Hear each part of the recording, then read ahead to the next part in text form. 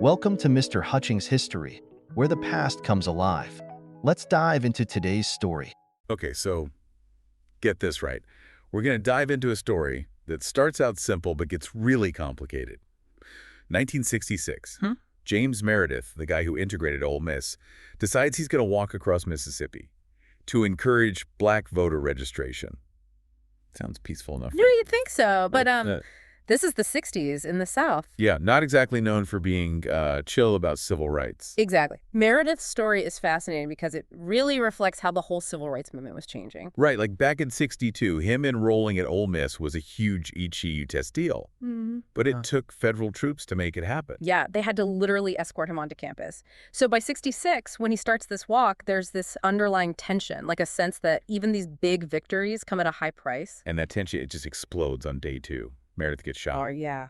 It's awful. It's horrifying, and suddenly this quiet walk becomes a national story. So what happens then? Does the whole thing just fall apart? Not at all. It's like someone threw gasoline on a fire. All these civil rights groups, SCLC, SNCC, CORE, they all jump in to keep the march going. Okay, so on the surface, it looks like this beautiful show of unity. Right. But underneath, there are all these cracks forming.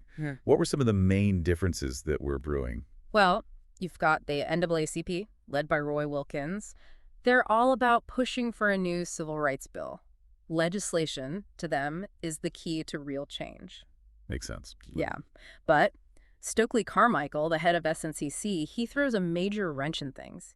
He argues that the bill is weak, doesn't go far enough. Oh, so right away there's this conflict. It gets so heated that the NAACP actually pulls out of the march. Whoa. A big sign that the movement is fracturing. Yeah, so we're seeing this split between the more like institutional legislative approach and this growing feeling, especially among younger activists, that they need something more. More radical. Exactly. And you see this mirrored in the personalities of two of the biggest figures in the movement, King and Carmichael. So you've got King, champion of nonviolence, believes in this multiracial coalition for change. Right, working within the system. But Carmichael and many in SNCC and CORE, they're tired of waiting. They're seeing the violence against black communities, the slow pace of progress. And they're just fed up. Exactly. And how did this clash of ideologies play into the generational shift happening within the movement?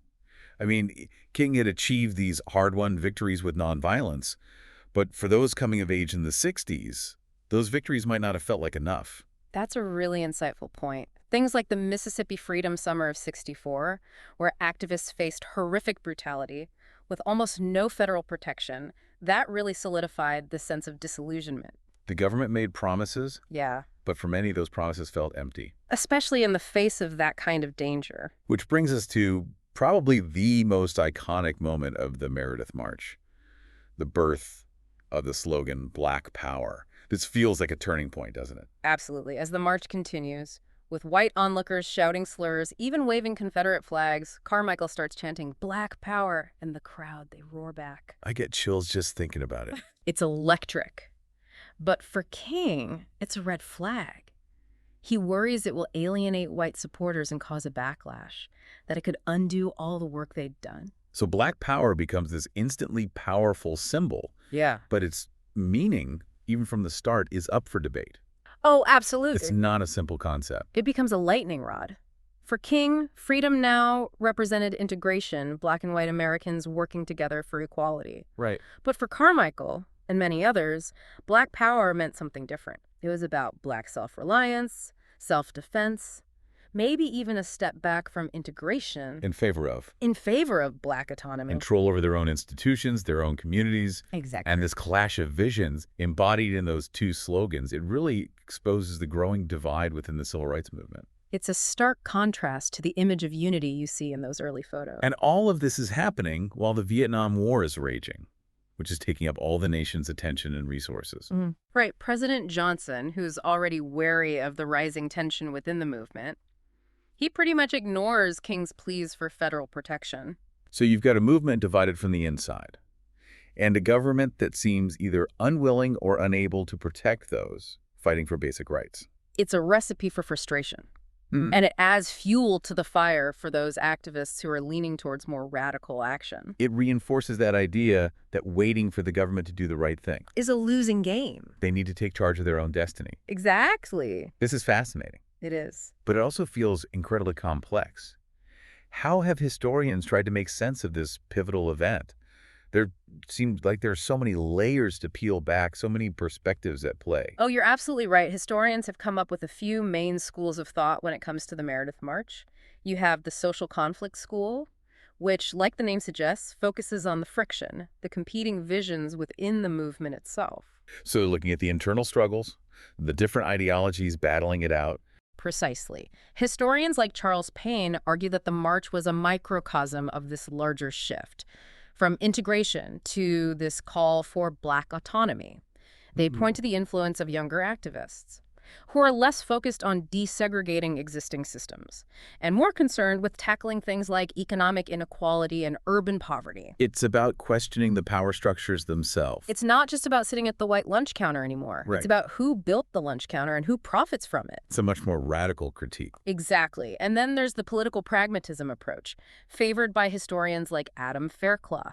They highlight figures like King, who, while dedicated to nonviolence, also understood the need to work with more radical groups. So it wasn't about ideological purity, but about strategic alliances. Right, finding common ground even when there's disagreement. So King, even with his commitment to nonviolence, had to grapple with the limits of that approach in such a charged environment. That's a fascinating paradox. And Fairclough uses King's support for the deacons for defense as an example.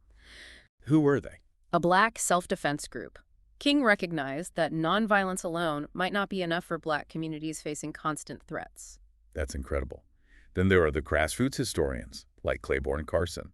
They focus on the local leadership, the community organizing. Right. They see the Meredith March as a powerful example of SNCC's bottom-up approach. Where decisions are made through consensus, community engagement. Not dictated from the top down. So it's a stark contrast to the more top-down leadership style of the SCLC, which revolved around figures like King. Precisely. Yeah.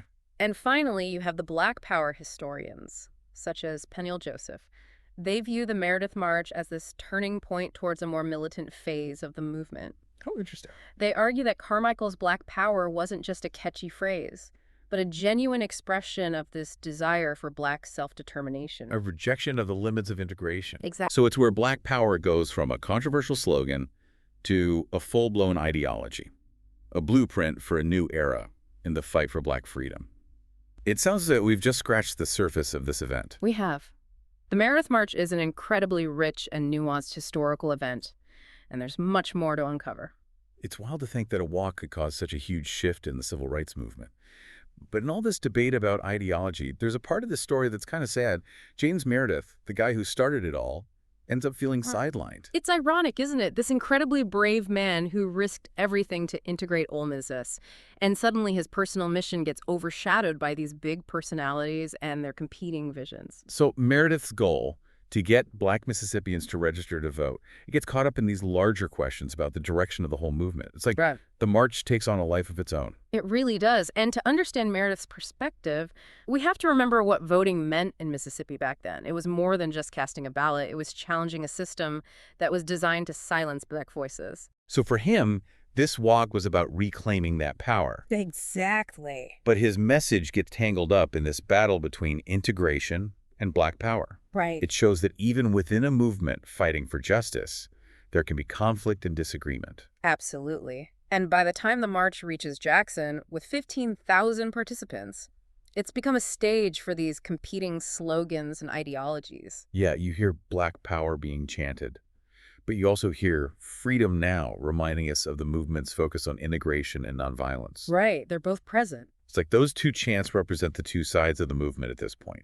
This push and pull between working within the system and demanding a more radical change. Did this internal struggle affect how local communities saw the march? That's a good question. The march definitely had a big impact on the communities it passed through. For a lot of Black Mississippians, it gave them hope, a sign that things could change. Right. But it also revealed the deep divisions within the state, even within families. So it wasn't just about the big names and the ideological debates.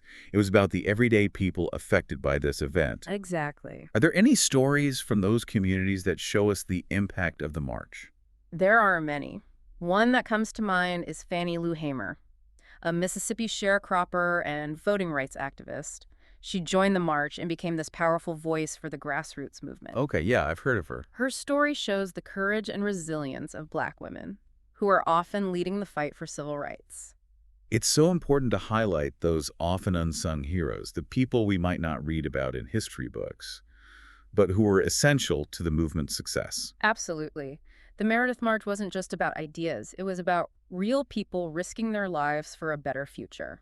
Their stories remind us that the fight for justice often happens in everyday life, In the streets, in the fields. not in some fancy government building. Exactly. And that these struggles are all connected. The fight for voting rights was tied to the fight against poverty, segregation, all forms of oppression. They're all intertwined. And the Meredith March shows us that progress is rarely straightforward. Yeah, there are setbacks, moments of division and frustration. But even in those moments, it's important to remember the bigger goal. The shared dream of a just and fair society. It's like that saying, the arc of the moral universe is long, but it bends toward justice.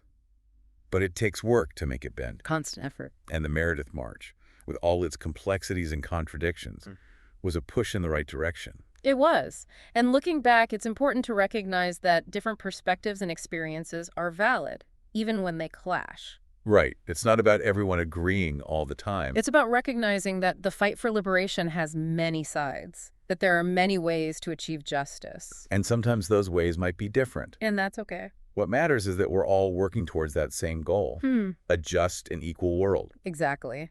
And I think the Meredith March, with its contrasting slogans and clashing ideologies, shows us this very point. It wasn't a simple event, No. but it was a crucial step forward. A step in the right direction. Wow, it's amazing. One man's walk across Mississippi.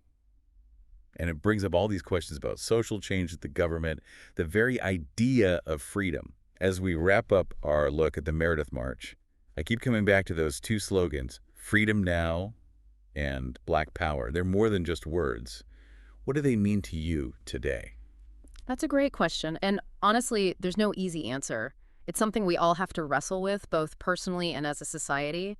For me, freedom now speaks to that urgency of dismantling oppressive systems, tackling those injustices people face every day. Right, like the day-to-day struggles. But it also needs to be rooted in a larger vision, a future where those systems don't even exist. So it's not just about removing obstacles. It's about creating a world where everyone can thrive. Exactly, where everyone has the chance to reach their full potential. Regardless of their race or background. Absolutely. And what about Black Power? Black Power to me is about agency. It's about Black communities taking control, shaping their own institutions, building a future that reflects their values. So self-determination. Yeah, reclaiming that power that's been denied for so long. And that vision of self-determination can exist alongside other social justice movements, right? It's not an either-or situation. You're absolutely right. You can fight for Black empowerment and still be in solidarity with other groups. Who are facing their own struggles. Exactly. It's about understanding and respecting those different struggles. Even when they don't perfectly align with our own. It's recognizing that the fight for justice has many faces, many voices. And those voices may not always agree. But they're all part of something bigger, demanding change. That's a beautiful way to put it. The Meredith March, with its different slogans and paths, it shows us there's no one way to achieve liberation. It's not a straight line. It's more like a tapestry, woven from many threads, each representing a different struggle, a different perspective. And it's that diversity that makes the movement stronger. I agree. Like we've been saying all along, progress isn't linear. It has twists and turns. Unexpected detours. And sometimes it means facing hard truths, having tough conversations. Questioning our own beliefs. But the Meredith March, even with its conflicts and tensions, it shows the power of pushing forward, of demanding more, even when the way isn't clear. It's a reminder that even in the face of setbacks and disagreements, we have to keep fighting for justice. We can't let those disagreements stop us. We can't let the fear of making mistakes hold us back. That's such an important point. It's about taking action. And I think that's a powerful message to take away from this whole discussion. The Meredith March wasn't perfect, No. but it was a critical step in a long journey And it reminds us that we all have a part to play. in shaping a more just and equitable future. So true. As we wrap up, is there one final thought, one question that you'd like to leave our listeners with? Something that might spark some more reflection, maybe even inspire action? That's a good one. I think it goes back to those two slogans, Freedom Now and Black Power. They were powerful back in 1966, but their meaning is still evolving. So I would ask our listeners, what do those slogans mean to you today? How do they connect with the challenges we face now in the 21st century? And what are you going to do to make those words a reality in your own life, in your community? Such important questions. It's been incredible learning about this often overlooked part of the civil rights movement. Thank you for sharing your insights. It's been my pleasure. And remember, the conversation doesn't end here. Keep learning. Keep questioning. Keep pushing for a better world. Thanks for listening to Mr. Hutchings History. Keep exploring, and we'll see you next time.